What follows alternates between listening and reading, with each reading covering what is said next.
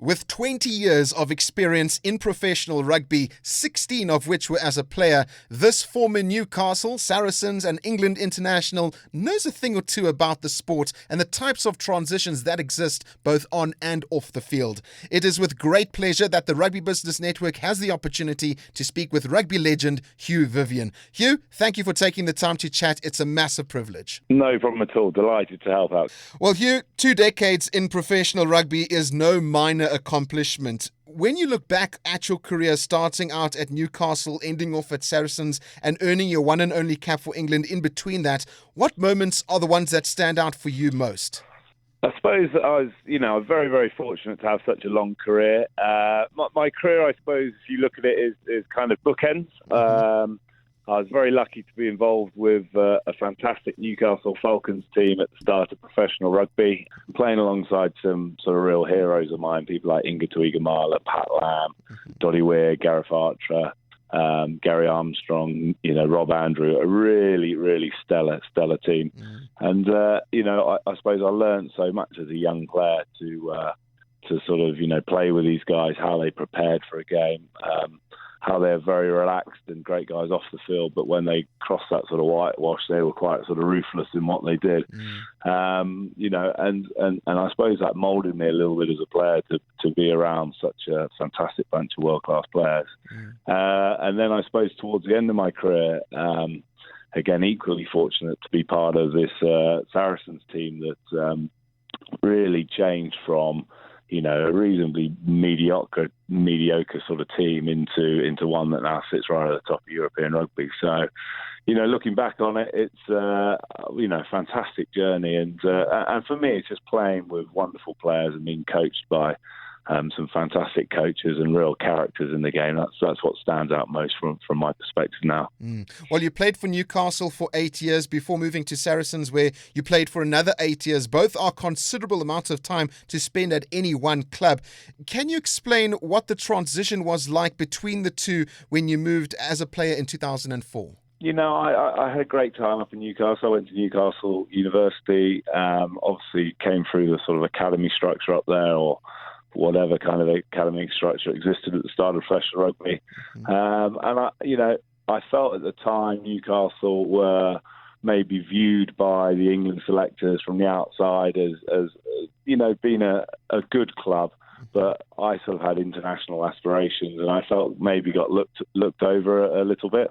Obviously, there was a certain Johnny Wilkinson who was a stellar player for Newcastle, but really I think the selectors viewed the Newcastle forward pack as not the best. So I decided to try and change that after 8 years, and it was at the time Saracens were recruiting heavily. It appealed to me to go to a London club to sort of change my lifestyle.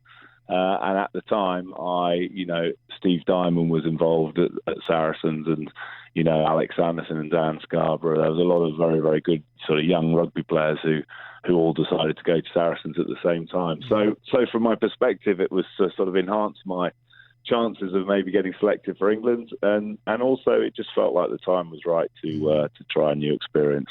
Well, Hugh, your career with Saracens is perhaps the one that stands out the most for rugby supporters, as it is where you were during a time in which the club changed its approach to playing in the English Premiership and ultimately reaped the rewards. Tell us how Saracens were able to build a winning culture from when they decided in 2009 that a change in direction was needed. Yeah, I suppose my first few years at Saracens were reasonably turbulent. They were good fun, and by no means were we a bad team. I mean, one year we got to the semi-final of the Heineken Cup. We got to the semi-final of the Premiership a couple of times. So it wasn't like it was a terrible Saracens outfit. But I suppose with the arrival of Brendan Venter and Edward Griffiths as the chief executive, they really decided to change the sort of culture of the organisation, and it was based around people. I know it's a easy thing to say, but they tried to create a culture where the club gave an awful lot to the players and really looked after the players on and off the field. But in return, you just had to really,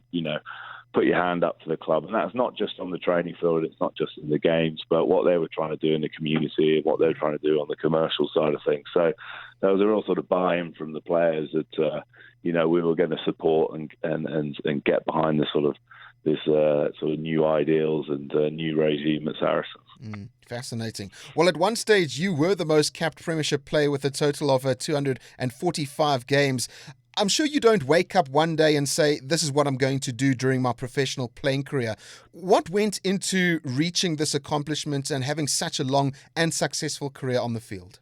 Primarily I enjoyed it. I enjoyed playing rugby. I don't think you can play that many games and not like the sport. I always enjoyed the challenge. I probably wasn't the biggest of players, but I think, with that, I was pretty determined that I could, front up in every game. I suppose I was lucky with injury. The operations I had tended to come towards the end of the season, not during the season. And I suppose I was reasonably versatile. So I played a lot of rugby in the second row, a lot of rugby in the back row. I suppose when forwards needed to be, when you go through the cycle, forwards need to be big and and sort of heavier. I was in the back row, and when the forwards needed to be lighter and more mobile, I played a bit more rugby in the second row, if that makes sense.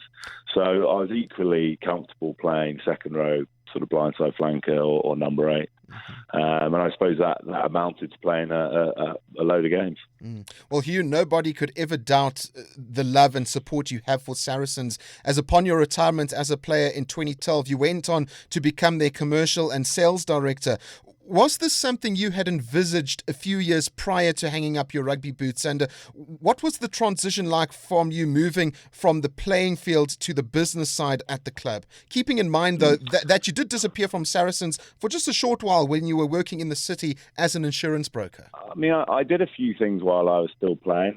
And I suppose the advantage of playing for a London club is you've got probably a few more opportunities for post-rugby careers, be it in the city or be it just the fact that there's a lot more people who live in London, a lot more businesses.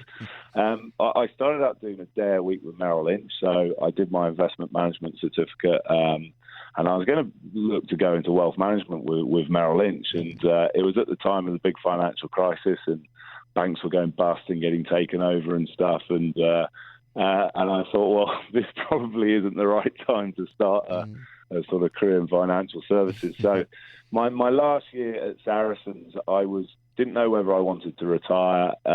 Saracens has just won the Premiership. I felt pretty fulfilled. I'm not sure, if I wanted to do another year. And to be fair to Saracens, the club, they said, look, why don't you work part-time with Ellis Clues, who were the company I was talking to, who are an insurance broker. Why don't you play part-time for Saracens? And that way you can make a transition. So I did that, and I sort of, I was a Lloyd's broker for a year and playing part-time rugby, which was great. I remember playing an 18 game down in Exeter, and getting back at sort of 2:33 in the morning, and then getting up at 7 to put my suit on to go into Lloyd's to do some work. So it had its challenges, but actually it was good fun. And at the end of that, it didn't work out at Ellis Clues. The company went in a slightly different direction. And then I decided, Saracens were building a new stadium, Allianz Park, and they needed help on the commercial side. And ultimately that was to sell hospitality, to sell sponsorship, and try and get get as many companies and as much money supporting Saracens as possible. And that's something that I accepted and took up the role. Well, speaking about Allianz and your role as commercial and sales director at Saracens, what type of relationship exists between the two, and why does it work? It's an interesting. Well, primarily, Allianz have a really smart. I think they have a really smart marketing, global marketing vision in stadiums. So they sponsor some of the most fantastic stadiums in the world. Allianz Park, the rugby one, I'm sure is on the smaller side. But I mean, it was that vision to have, a small purpose-built stadium in North London that I think initially attracted Allianz. So that's on the one side of it. That sort of, I suppose, take care of a little bit of the brand and the kind of that fits in with their culture. And the other side, I think, a number of players were doing work experience at Allianz, and they opened their doors up to the players. And I genuinely think they were quite impressed with the way the players conducted themselves. And they were pretty good ambassadors for the club. And they on those sort of work experience days, I think Allianz thought, well, these are a good bunch of lads, and that certainly helps when you're having that conversation with the board or the CEO to, how about sponsoring Saracens, because I think they bought into the vision of trying to be a really sort of family-orientated club and to look after the players and to look after the wives and kids and the support network around the players. And I think the then CEO Valiant really liked the sort of holistic values that Saracens. On one hand, they were, striving for success on the field. On the other hand, they were quite sort of caring and looking after anyone who's in that Saracens family. So it kind of fitted their ideals, really. Fantastic relationship by the sounds of it, Hugh. While Saracens has an incredible life after rugby program for its players that rival many of the other clubs in the United Kingdom, from what I've read, there are individually tailored personal development programs for each player, while there are a number of work experience opportunities also available. Why did Saracens decide to place significant attention on this side of a player's professional career, which is often the side of rugby which goes unnoticed by supporters? To be honest, it was smart, because as a rugby player, you essentially are very, very worried about what you're going to do post-rugby. And I, there is not one rugby player out there who, when he comes towards that 30-year-old mark, isn't worried about what they're going to do post-rugby.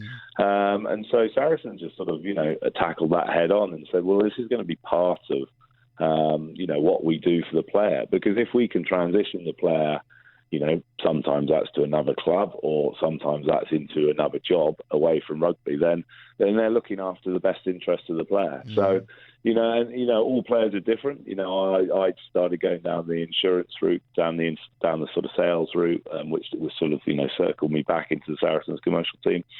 Other players are interested. You look at Chris Wiles and Alistair Hargreen setting up their Wolfpack Lager. That was a fantastic relationship through Green King that helped them understand about brewing and selling beer. So everyone was different, and everyone had sort of, different ideas of what they wanted to do post-rugby. And I suppose it was trying to tailor an approach where if you wanted to be a plumber or a plasterer, you could be a plumber or a plasterer. If you wanted to be a school teacher or a rugby coach, you could be a school teacher or a rugby coach. If you wanted to get into the city, we had enough contacts at the club who would be able to offer work experience. So, I think that was, it's yes, on one side it's very, very caring for Saracens to do this for the players, but on the other side it's a fantastic recruitment tool, because as a player you feel that you're going to a club that not only are you going to challenge for trophies, but you're actually going to be looked after and given time to prepare for your post-rugby career. Well, it's a fantastic approach that the Saracens are taking. But in what other ways does the club look after their players off the field? Are there special trips or events planned, and how are families involved? Well, I said Saracens become quite famous for some of the away trips. I'm not sure, the wives and kids certainly aren't invited on those, but it's difficult these days, with social media and going to have beers post games. It's becoming more and more difficult for players to actually enjoy themselves and let their hair down. So the club used to try and take the players as far away as possible from the knowing public to go and have essentially a bit of a piss up and a couple of days together to have a bit of fun. And going to the Munich Beer Fest, absolutely fantastic day away. But I'm sure people at Munich didn't have a clue we were a rugby team, just probably thought we were on a massive stag do or something. So we managed to get away with a few things, I suspect.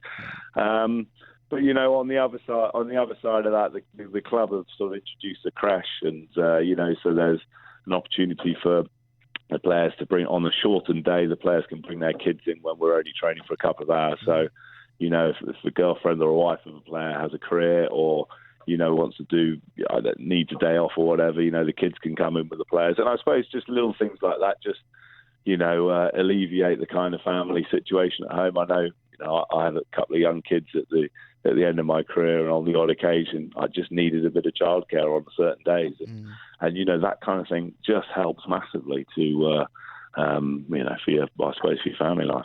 Brilliant. Well, Hugh, in July of 2016, your time at Saracens came to an end as you formed the Leadership Academy. You are the managing director of this business, which provides support in executive coaching and mentoring, developing high-performing teams, and leadership training and workshops. What inspired you to create this company, and how has the past year been in its development?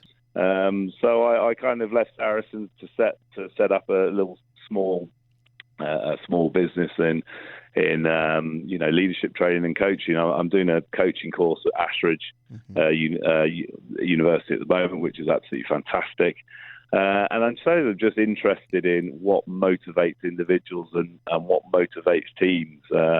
And certainly over a 16-year career and 4 years in the sort of commercials of sport, I've looked at how other leaders do it. I've looked at some really world-class rugby players and coaches. I've seen some fantastic CEOs, and you've seen some, on the flip side of that, you've seen some terrible decisions that get made. And I suppose that kind of molds you. And I'm just interested in if I can help people sort of achieve what they want to achieve, or if I could help an organisation create a team culture and a team ethic, then that was something that I was really willing to do. So it came out of my experiences through rugby, and I suppose I've met quite a lot of people from education and from the military and from different sports, and it was just trying to put people together who could actually provide some training for the corporate market. Well, apart from the Leadership Academy, you joined Pitch International as their head of rugby and cricket sales at the start of 2017. Tell us what this company does and what do you enjoy most about your role? Well, this kind of comes back to, it's a fantastic company. Pitch International are an agency, a sports marketing agency for some of the biggest rights holders in sport. So you're talking Brazil national football team, West Indies cricket, the Welsh Rugby Union, to name a few. Wow. And what they do essentially is it's the broadcasting rights. So they will do global broadcasting deals for sporting rights holders and organisations. And also we run events. So we take Brazil to Australia to play against Argentina. That's one of Pitch's events. The Star Six is at the O2 coming up as another Pitch event. But on the sponsorship side, we try and find sponsorship opportunities. So we've just found the Welsh Rugby Union a new front of shirt sponsor. And hopefully we'll be working with the Premiership to Premiership Rugby to help them in their commercial quest. So for me, rugby and cricket are two sports that I love. Obviously, rugby I've played, but cricket, is a sport that I really enjoy watching, and I always enjoyed playing as a youngster. And I suppose those two sports talk to a similar kind of audience, so they talk to similar kind of sponsors. So I look after the rugby and cricket sales department. So essentially using all the experiences I had at Saracens to try and find sponsorship, and then just now applying those methods and working alongside Pitch International, who are, first class in what they do. If I can help rugby, if I can bring more sponsors into rugby, I'm delighted. Brilliant. Well, it is worth mentioning, Hugh, that you captained every single club rugby team you were ever part of. The skills required as a leader, I'm sure you have taken with you into business, but what other traits as a rugby player do you find yourself relying on these days to succeed in the business environment? I suppose in sales you need to be pretty resilient, because you're knocking on an awful lot of doors and you're getting an awful lot of no's. So sometimes it can be quite soul destroying, and you can get very, very far into the sales process. And and on the Leadership Academy as well, it's difficult to secure corporate budget for things like staff training and sponsorship. So you've just got to get your head down, and you've just got to be pretty resilient and accept a lot of the tough times and keep going. So I suppose resilience is one, and I suppose I was always reasonably sociable in the changing room, and as a leader, I'd like to get to know people on a personal level, not just as a player.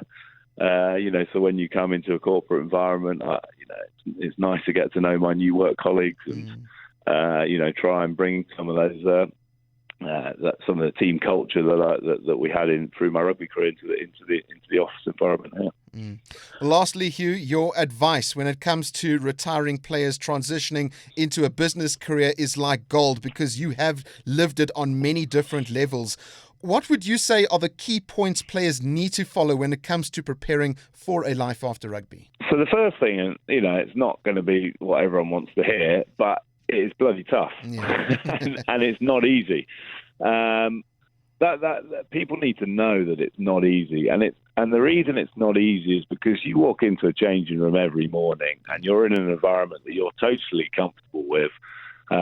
Things get laid on for you, sort of. I'm talking nutrition, your training bro, what kit to wear. You know exactly where you're going on a day-to-day basis. And ultimately, you can pretty much trust everyone in that organisation. And you can say things in the changing room and in team meetings, and people listen to them, and you can debate things, and nothing's really taken too personally. Everyone sort of appreciates that's just to try and help develop the team. I suppose the difficult thing in a corporate environment is people aren't probably as open and honest, and they're probably slightly on their own agenda. You don't have that same team dynamic and culture, sadly, in the corporate world. So you've just, that takes you back slightly. And certainly, I'm certainly Pitch International now, I think is a really good example of a company that really tries to adopt a real team approach to things. But you just find that you're slightly not on your own a bit, because you can't go into an organisation. It's hard to trust all those people around you where you've been in the ultimate trusted environment. So I suppose that for me was the thing that I struggled with a little bit. But I mean, the key thing is whilst you're playing, is to prepare. If you think you're going to get a job, that you're, as soon as you retire, I mean, you're sadly mistaken, and your salary is going to go down a significant amount, and the hours you work are going to go up a significant amount. So you've really got to prepare mentally for that change. And actually, what job do you do? You just got to get out there, and whether that's doing some educational courses or whether that's doing work experience, it's an individual choice. But you've got to try and do a few things whilst you're still playing in order to make that transition. And there are some pretty good organisations out there, and the RPA do a good job, and there's a lot of sort of sports recruitment agencies out there who actually aren't bad at all, and who can advise and provide the player as much help as possible. So, I always say if you plan for your future career as much as you plan for the game on the weekend, then you should be okay. But it can be tough, and there's certainly an awful lot of ex-rugby players out there who can help as well. Brilliant way to end off our conversation. Well, Hugh, it has been an incredible honour to hear your stories from your years in rugby on and off the field, and we at the Rugby Business Network hope you keep inspiring others and wish you all the success in your business career. Amazing. Thank you very much. Absolute pleasure.